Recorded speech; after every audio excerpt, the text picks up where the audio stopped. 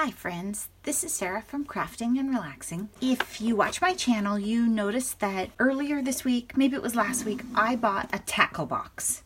And the reason I bought a tackle box is I was looking for something with a handle, easy to carry, rainproof, inexpensive. There are a lot of options, don't get me wrong, at our craft stores that don't meet those requirements and still cost a ton of money. I went to the store and I found this for, I believe it was $11.99, I said in the last video, and I filled it up for my girls' weekend, and it looks like the weather is going to work for us and we're going to be able to go and have girls' weekend. We'll see how it goes, but I'm thinking optimistically, so I'm getting ready.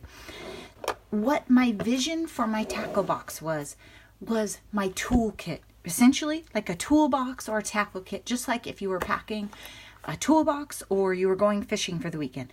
All of the tools would be in here that I need. So from my perspective, it might not be the paper pads and the embellishment packs and all of that kind of stuff, but the tools to get the work done would be in here. And the way I packed it was, as I crafted during the week, I opened the top and I put stuff in it, and I thought, oh, I will want that. And I also have a list of things I'm going to work on at the beach, so I tried to keep that in mind. And Tanya mentioned that she wanted to see what I put in my tackle box, and I will tell you, it will change. It will change depending on how long the weekend is for girls' weekend, or the season, or sometimes if it's a quick kit, I might just put a little bit of adhesive and scissors and stuff, and then the papers and embellishments down at the bottom. And today I haven't done that because I plan to be crafting for several days straight. So let me show you what I've put in here, and I'll kind of tell you why. Okay? I put my Versamark pad. I don't think I'll bring embossing, heat embossing stuff, but Versamark pads are really nice for watermarks. So it's a good thing to take on a girls' weekend or to purchase. Like, this is a product that I recommend. I'll hold it up close. And I'm putting together an Amazon store, and I should put this in there, actually, now that I'm thinking about it. This is an ink pad that I recommend for beginners too, because you can make a watermark with it. Let me show you what I'm talking about real quick while we're just fiddling around. All my actual Valentine stamps are dirty because I don't clean them as I go. And before you use them on your Versamark pad, you want to clean it. So this is just a red piece of paper and a circle stamp. So if I wanted to make a pattern, it will make a darker circle on there. So what happens is, if you want to make backgrounds or textures or add interest, and you don't have a whole bunch of ink colors, a Versamark is the way to go. So when it dries, what it's going to look like is that you have a dark red ink pad the same color. And it doesn't matter if you use blue or pink or red, it all works out the same, and it makes great stamp backgrounds.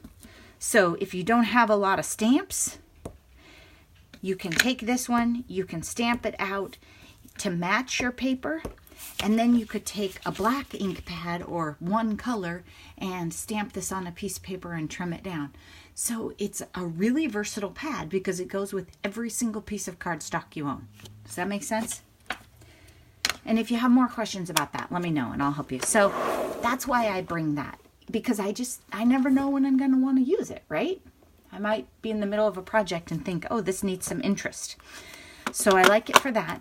Then I have my needle nest, and I brought this for a couple of reasons. A, my travel size bottle, where is that thing? You know, my little tiny bottle that I have with the rubber cap, it plugs up. Sometimes, stickles.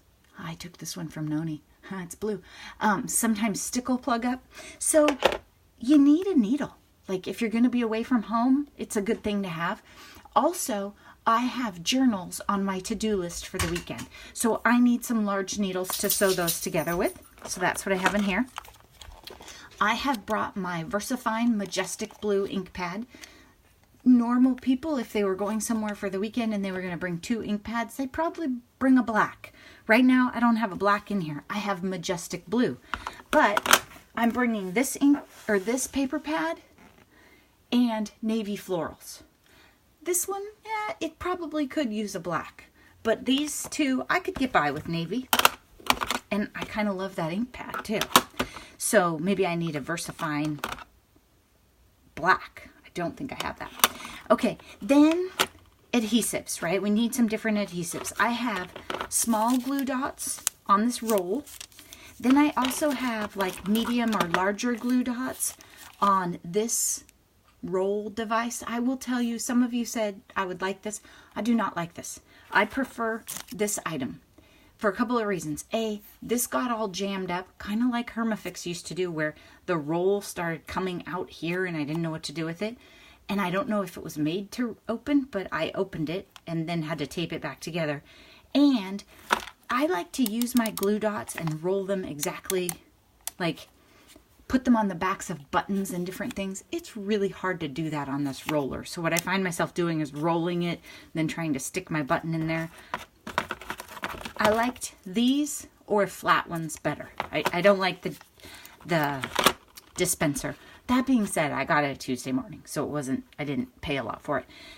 Here's my purple tape because I have no doubt that I will bring my Sidekick, and I might actually want to tape my dies down. If I'm doing a whole bunch of little flower petals, I don't know, I might. Also, I should have purchased this in a 1/2-inch roll. At the time, I think when I ordered this and found it on Amazon, I didn't realize, so if I set it up in my store, you don't need one this wide. I always tear it in sections like this anyway, and it would actually fit in my thing better. Then I have some random tools. When you're making journals, you need to clip things down sometimes, so that's what those are for. This is my pick-me-up tool, which you've heard me talk about before, and I love. It has a super pokey on one end and like a glue dot extra adhesive cleaner up on the other end. And then this end comes apart and it's a little tacky, literally tacky, and it picks up bling or sequins or whatever. This comes branded by different people. This is the silhouette one. There are things in Michaels or Joann that look just like this and say something else on them. They're probably all the same. One paintbrush, I was doing something today and I had a glitter mess and I thought, oh, I should throw in a paintbrush. My sand eraser, Mono Tombow sand eraser, this thing costs like, I don't know, $2 or $3, and it takes off extra embossing powder. It takes off, like after you heat emboss it and you messed it up, it takes off extra ink. It cleans up the, oops, I bumped the stamp on the ink pad on the counter when I was too messy. It's pretty great. This is a tiny little spoon for glitter or powders, which I don't even know if I brought any, but the spoon didn't take up very much room. This is my favorite bone folder. It is Teflon. It was a splurge, and I love it. I went without a bone folder for probably 15 years, so you don't have to buy one. Just, if you want one, I would get a good one. Okay, tweezers. Yep, I found them. Those are just average tweezers, like from a bathroom. Stickles. Diamond stickles, of course, also. And then I have a thing of Liquid Pearls Platinum in here. I don't really use it. I put it in there because I thought maybe I'd use it and there was a spot for it. More clips because I'll probably make a small journal and a big journal. And so I have these big clips and the little clips. When I'm making a journal, I usually forget to bring the clips when we leave town, and so that's pretty handy that I remembered. This is, I don't know what this is officially called. This is the Tim Holtz Pokey Tool, and I have other pokey tools, right? I have this one. The end's kind of bent and damaged, and I don't use this for dies, really. I just use this for, like, working on projects. And I have this one, but the pokey end is too big for most dies. It doesn't fit through it. So this one is perfect. It's also retractable so you don't hurt yourself. I'm trying out these tape runners, Gina K tape runners. So I have this and refills, have my little finger knife. I got this at a garage sale. I don't know that you have to run out and buy one of these, but it's handy. And I don't have an X-Acto knife or anything in here. Pair of scissors. Remember, don't buy these scissors just because I have them. I don't love them. The rolly brush to roll the junk out of the dies. I don't know if I need that, but I brought it because there was a spot for it. This is one of my favorites. You guys know about this, right? This is, I'm trying to spin it so you can see the tag too. Okay, so it's a Jelly Roll Clear Star. Right, they don't even write that on there anymore, do they? See right here how this thing doesn't have any color? There are gold ones, there are colored ones. This one just adds sparkle. It's almost like using a Wink of Stella pen.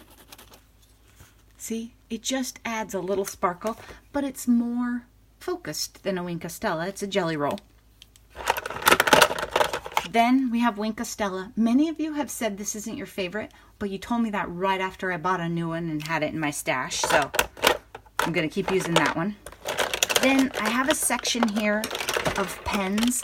A lot of these pens are just a great way to dress up cards for interest when you don't have a lot of supplies. And so that's another thing this kit might tell you is these are some of my favorites, right? So if you're brand new and starting out, these are the things I want with me on a weekend. I didn't bring my heat embossing stuff.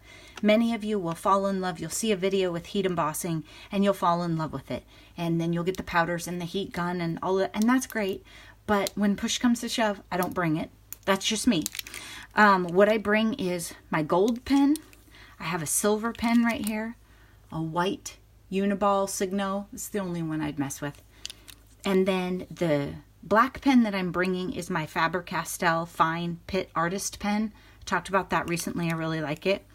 And then the Uniball Gel Impact in silver. Looks kind of low. So I have the gold, silver, and white from the same company. And then just a pencil. It wasn't even anything special. It was just, I wanted a pencil in my kit. When you're traveling and staying somewhere else, you know, even if there is a pencil, sometimes it takes you 10 minutes to find it. Then down in the bottom, I tossed in a roll of the Tuesday morning adhesive because not only do I want to make journals, but if I really get on a roll, I want to make a whole bunch of cards. And so I might burn through a lot of adhesive. I also brought refills for the Gina K tape runner. And I brought a scalloped punch, a 2-inch scalloped punch. Typically at home, I honestly prefer my circle punches. My circle punches are my go-to. However, my circle punches are not these flat kinds. Okay, they're the big bulky ones. So I'm not sure if I want to bring them or not. So I put this in. I haven't chosen any stamp sets or anything yet, but what I was thinking is, and I'm wrong, that some of the sentiments, you know how some 6x6 pads, the sentiments are very small and consistent? They're not. I mean, as far as matting the sentiments, this isn't going to work. I don't know. We're going to bring it anyway. We'll see. Or maybe I'll swap it out at the last minute. I wouldn't be surprised if I changed some of these things. I'm bringing a hole punch. It's a smaller one because if I want to make a big hole, I can just punch a bigger circle with it. I probably won't do any eyelets and hole punches in journal covers. I'm not going to worry about that this weekend. But one time I didn't bring a hole punch and then I wanted to make tags or put a ribbon through something and I couldn't. Bringing my tiny attacher because if I'm doing journals, I might want to get a little junky. I'm bringing this corner rounder, which I put tape on things to mark things, that I'm in love with because it does 10, 7, and 4 all in one, and it works pretty consistently. So it works well, and it does 3 different corner rounds. And I use the 10s typically for journals, nice big round, and then I'll use a 4 or a 7, like when I'm doing little tiny sentiment cards, cutouts, you know, like this. You don't have a lot of space to round the corner on such small things. So I like those. Needle nose pliers because if I have any troubles or trouble pulling my needle through my journal, anything like that, and a pair of big scissors. Those are just down there in the bottom. So it's my toolkit, just like you would expect it to be.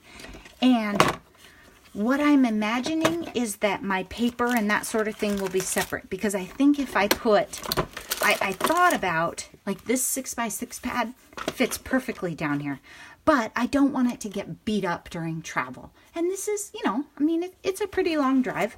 So I think I'll pack my papers separately in an iris case. And I could put, I was thinking about, I think I could put one of these. I might have to give something up. Okay, I could put one of those 4x6 things down there. So I could put a package of either bling or dies. I could fill this with dies and put it in there. I do have some more space. I'm just not sure how I want to do that yet because this is the first time I've traveled with it. The only thing that's not in here yet is my art glitter glue. And I'm not sure what my plan is exactly for that. And if, for a long trip, I'm going to take my big bottle. I just like this applicator tip better than the others. So I think I'm going to take it. I'm just trying to figure it out still. So thanks so much for watching. And if you think I forgot anything, be sure and let me know. I'll talk to you again soon. Bye-bye.